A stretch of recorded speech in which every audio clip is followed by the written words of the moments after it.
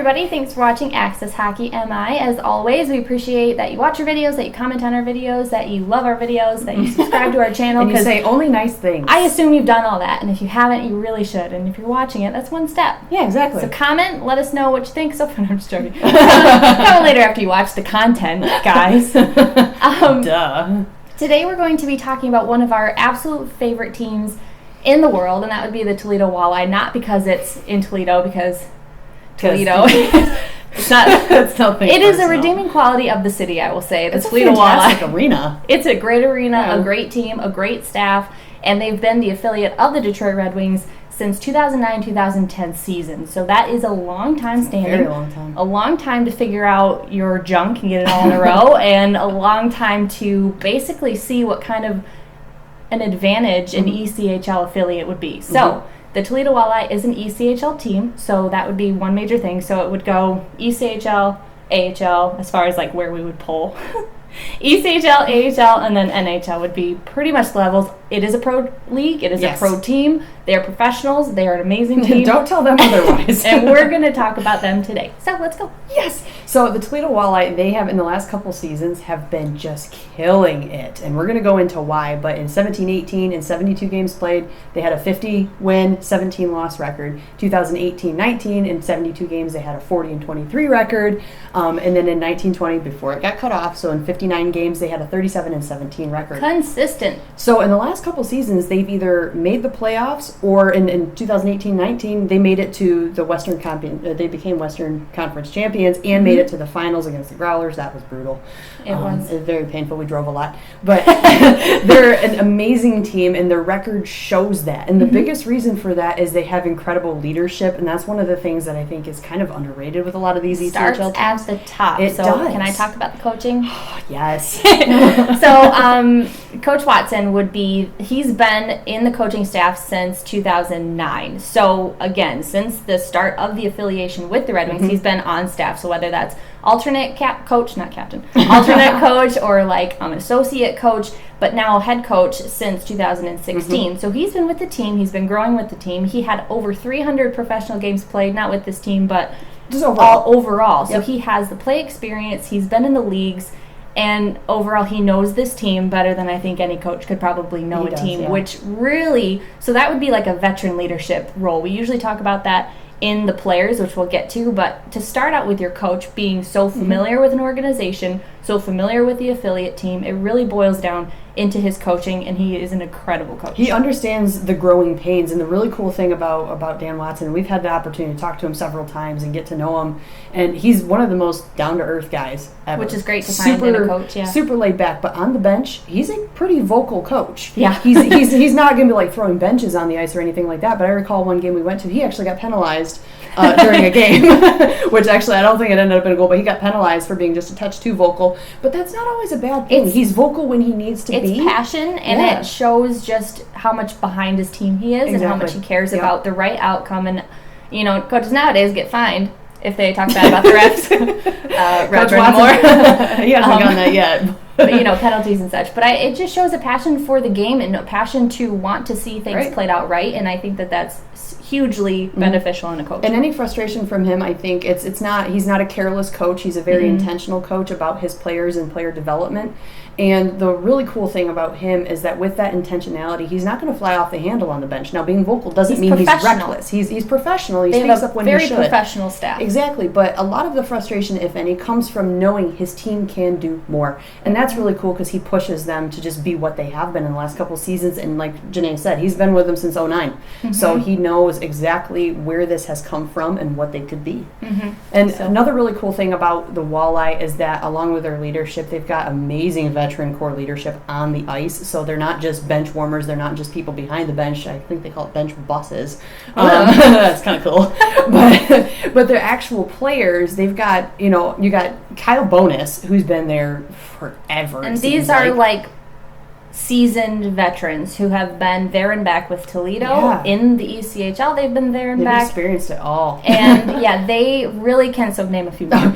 So we got Kyle Bonus, Shane Burschbach, who also these two have just been recently re-signed for another season. You've got Brendan Kodak, who's actually, he spent time, and we've seen him at the prospects, not the prospects, but the training camps in Traverse City every year, and he's one of those veteran leaders too. These three guys, there's something consistent you'll see one year to the next as far as roster goes, and there's a purpose for that. These guys have seen everything. They're amazing players. Burschbach is what probably I would say the crowd favorite out of everybody, but they've got incredible talent, and they know just how to take that young skill and turn it into something We talk more. about this all the time as far as with the Griffins, how the veteran leadership on the team, on the ice is so important, because we're saying that Coach Watson is a veteran leader as far as his coaching is. He's very experienced in that way, and he's very good at what he does.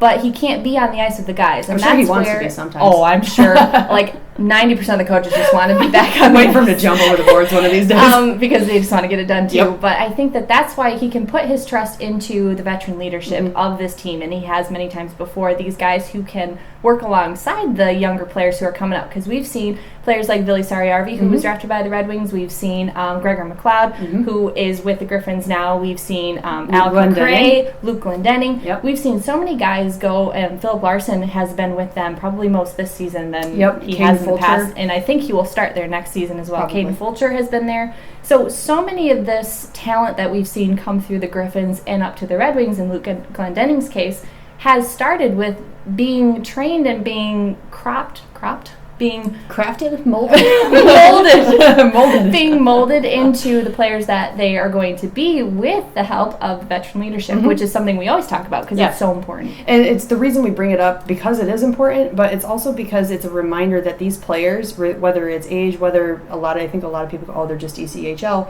It's a pro league. It is a competitive league. Exactly. Really, we will fight you on this one. But there's so much competition there, and there's so much knowledge. They should never be written off. And that's why we wanted to bring it up, though, too, especially in these players' cases.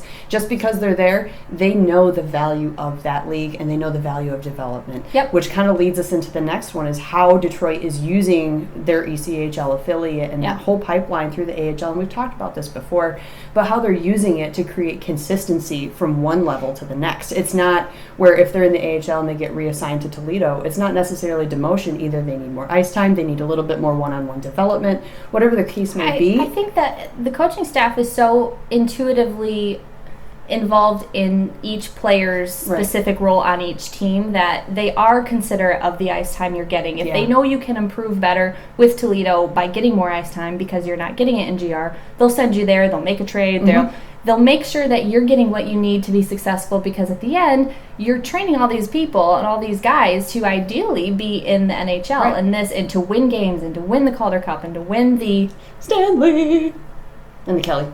The Kelly Cup is ECHL. That was in my head. There's so many cups.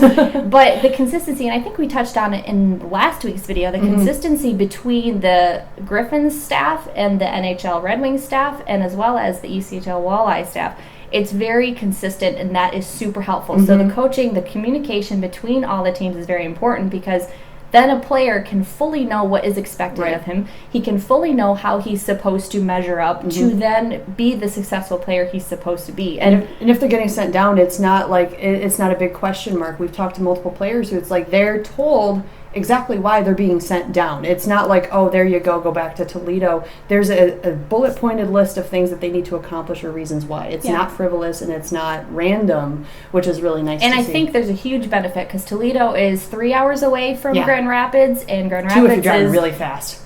All these locations are super close to each other, within 2 to 4 hours. How far is Detroit from us? It's like 2.5, 3 hours. It's about the same. About the same. I mean, it's all really depends on what highways are close. As opposed to, so the Fort Wayne Comets just signed a 2-year ECHL deal with the Vegas Golden Knights. So think about it. Indiana is where Fort Wayne Comets are. Indiana to Vegas.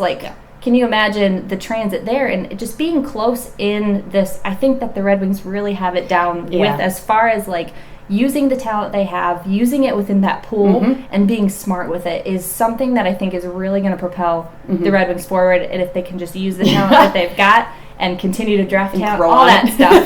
So many other things.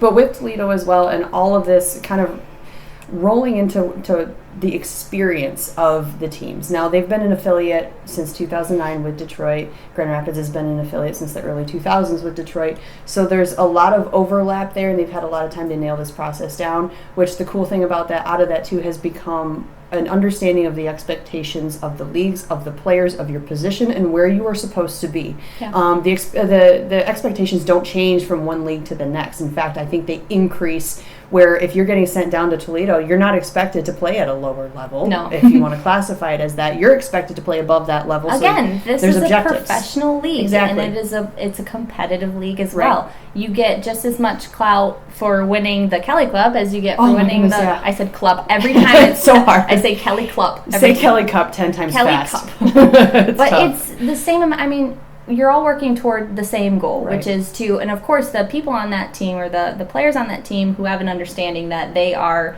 being groomed for a certain position, either in the AHL or NHL. Right. They know what to do to get there. They are given the tools to get there, and I think that it's an incredible testament to the communication and the professionalism of the staff in all three of these leagues to be able to work together and to be able to understand the common goals of the teams. And Now, that in the is cool. future, though, too, with Detroit, and you're going to see this a lot more, and it has increased season over season. Probably in the last 3 or 4 seasons, you've seen a lot more transactions between the teams, a lot more conversation happening. Yeah. You're going to see that just explode because we are getting more draft picks that are going to be ready here in a season or two. We got more Euros coming over whenever the season starts, so they're going to need to strategically place those guys in a system they know that they can thrive.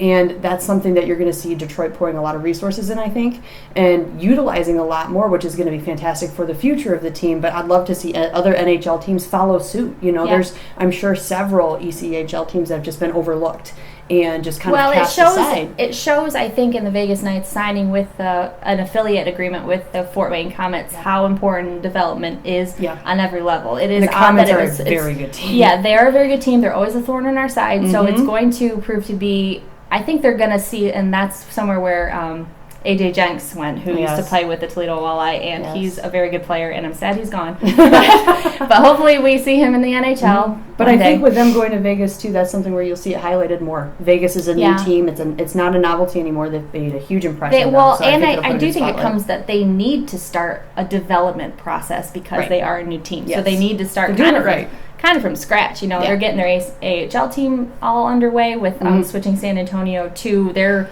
affiliate, so now they're going to be Silver Knights. So there's a lot of flipping going around. All we want to say is trust the process, because it's hard for us to remember too, because we're like, why aren't you guys using this talent? But they have an idea, and they have they have their process, and it's very important that these guys are confident going into what they're expected to be. So and it's not an overnight thing. No. It's taken us since 2009, but we've over the last couple of seasons, you can see the actual product of all of that hard work. You can, and it's super encouraging. So let us know what you think in the comments below about ECHL affiliates, or if you've watched the Toledo Walleye. If you're part of their fan base, I'm sure you're as crazy as they are, which is great, because it's just amazing to go to a game of theirs. So if you can, in the future, go to one of their games. That'd be sweet. They have fish and chips there. Let us know what you think of the current playoffs, what's going on right now. The Carolina Hurricanes were knocked out, so I don't currently have a next favorite, but we do have one not favorite.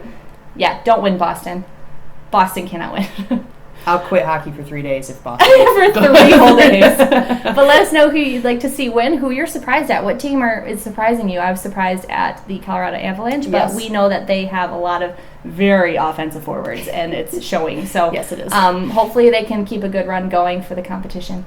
For the competition, we're not actually Avalanche fans, guys. You can't be. It's just contractually not happening. I couldn't sleep at night if I was. But for the competition. But anyways, let us know what you're thinking about the playoffs and who you'd like to see win, who's surprising you, what players sticking out. And then we will see you next time. Bye, guys.